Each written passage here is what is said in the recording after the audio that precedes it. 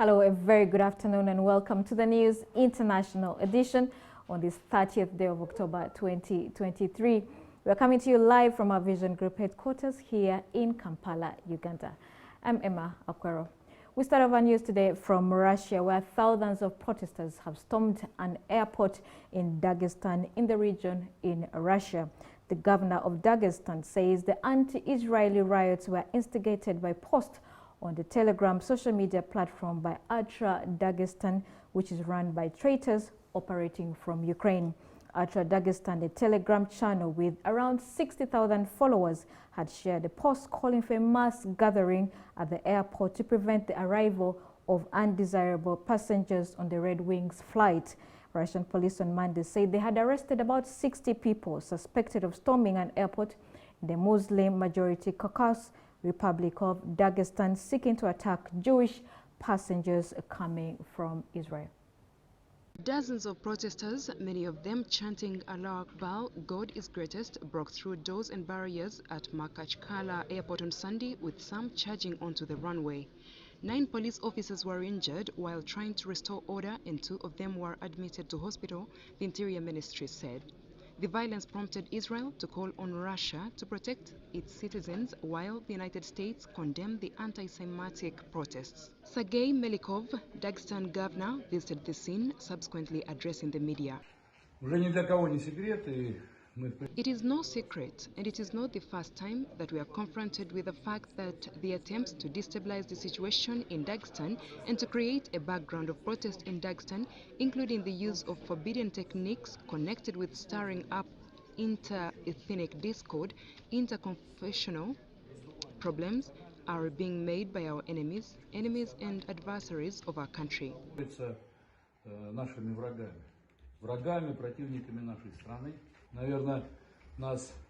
Perhaps we should be outraged by the fact that for these events, Dagestan was praised, in quotation marks of course, by the president of the country that has been shedding blood on Donbas since 2014, that's Zelensky, and today our people, including our compatriots, are victims of this bloody war in eastern Ukraine and in the Israeli-Palestinian conflict. Flight tracking website Flight Trader 24 indicated that a Red Wings flight out of Tel Aviv had landed at Makachkala at 7 p.m. on Sunday. The independent Russian media outlet SOTA said it was a transiting flight that had been due to take off again from Moscow 2 hours later. The governor of Dagestan, Sergei Melikov, promised that those responsible would be punished, and the Republic's Interior Ministry said later that 60 people had been arrested. Today, we have received absolutely reliable information that the channel Ultra Dagestana is managed from the territory of Ukraine by traitors, bandits, those who hate the traditional things that are sacred to us and that we have been living for many years.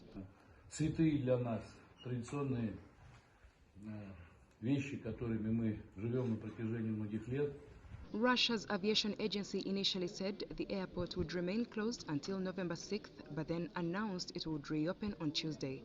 Several local Telegram channels showed photos and videos of dozens of men waiting outside the airport to stop cars.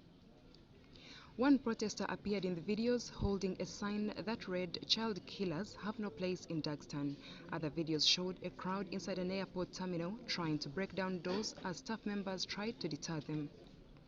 Prominent figures in Dagestan have spoken in support of Palestine and against Israel since October 7th, when Hamas militants stormed across the Gaza border, indiscriminately killing 1,400 people, mostly civilians, and kidnapping 239 others, according to the latest Israeli tallies. Israel retaliated by relentlessly bombing Gaza, killing more than 8,000 people, half of them children, according to the health ministry in the Hamas-run territory. Dagestan and Chechnya are mainly Muslim areas in a region that has witnessed years of violent tension with the Central Russian authorities. Dagestan is Russia's southernmost territory and one of its poorest regions. It has taken an active part in the Ukraine offensive, with independent reports showing it has sent proportionally more men to Ukraine than many other ethnically Russian regions.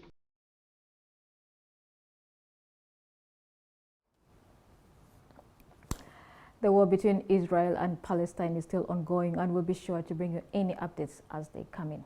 Now, away from Israel, military bulldozers and a tank rolled into northern Gaza.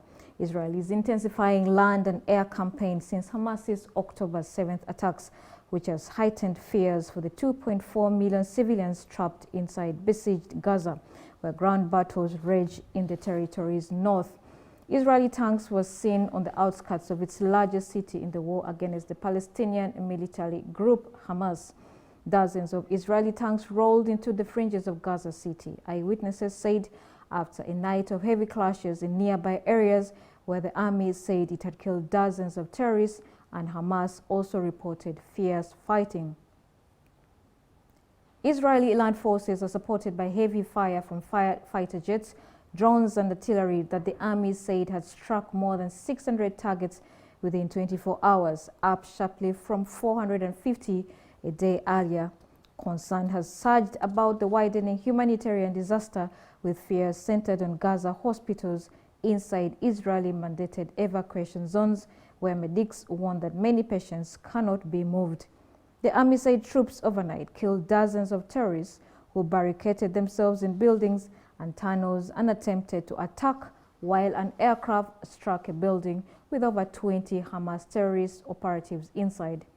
Columns of Israeli tanks and armored bulldozers were seen churning through the sun, and Israeli snipers took positions inside emptied residential buildings in footages released by the army.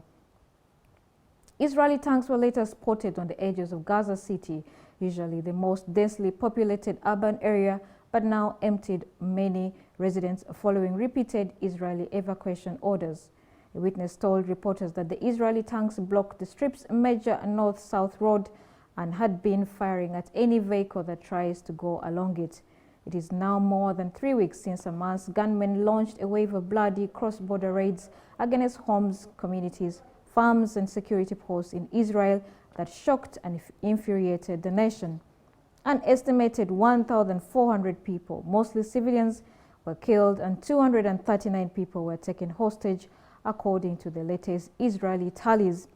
Israel has vowed to free the hostages, track down those responsible, and eradicate Hamas, the Islamist movement that has governed Gaza since 2007.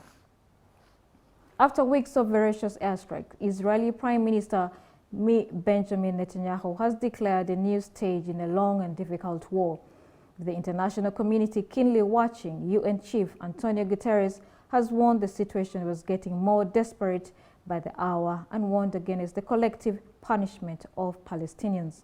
US President Joe Biden stressed in a call with Netanyahu that while Israel has the right to defend itself, it must do so in a manner consistent with international humanitarian law that prioritizes the protection of civilians. Britain's Prime Minister Rishi Sunak and French President Emmanuel Macron earlier stressed the importance of getting urgent humanitarian support into Gaza.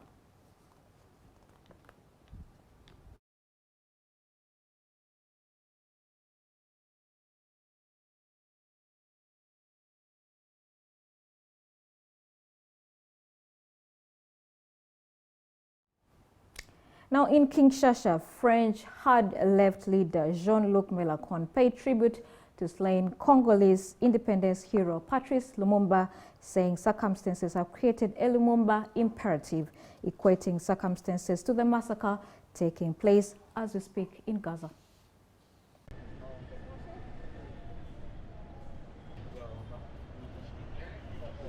Les circonstances ont créé un impératif. Circumstances have created a Lumumba imperative. These circumstances are, of course, the abominable massacre taking place as we speak in Gaza, where it is claimed that the methods of terror are being met with other methods of terror with unlimited vengeance. Aux méthodes de la terreur par d'autres méthodes de terreur, d'une vengeance sans limite. Au nom de la civilisation, du bien contre le mal, qui l'ont découpé. In the name of the civilization of good against evil, they cut him to pieces in the name of the same great words and finally dissolved him in acid. That's the value of civilization of those who committed the crime. That's the value of the values they are always preening themselves with. Murderers, murderers. De se décorer, meurtriers, assassins. où il nous a demandé d'enseigner la gloire du combat Patrice Lumumba asked us to teach the glory of the fight for freedom he had waged. de Français.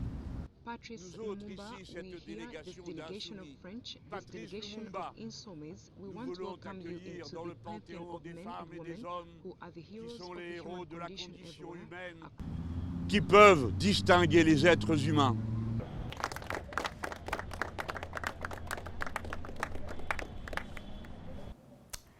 Also in Africa, German Chancellor Olaf Scholz met with Nigerian President Bola Tinubu at the presidential palace in Abuja as part of a West Africa tour.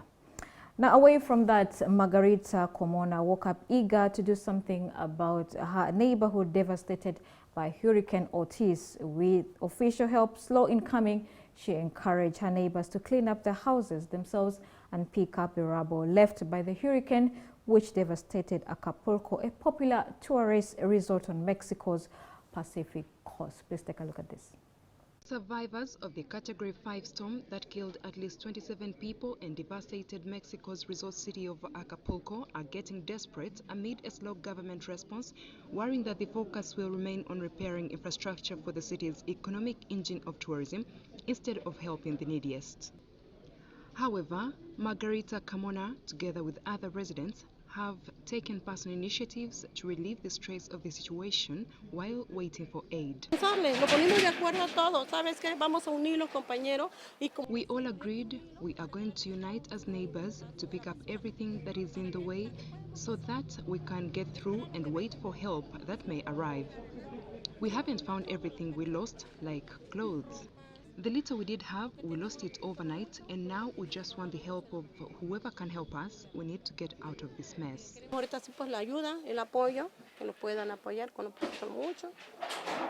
Despite hopes of incoming aid by many in Acapulco, the coastal city of 1 million, once known for its beachside glamour, is still in disarray, but the residents keep hope despite the traumatic event.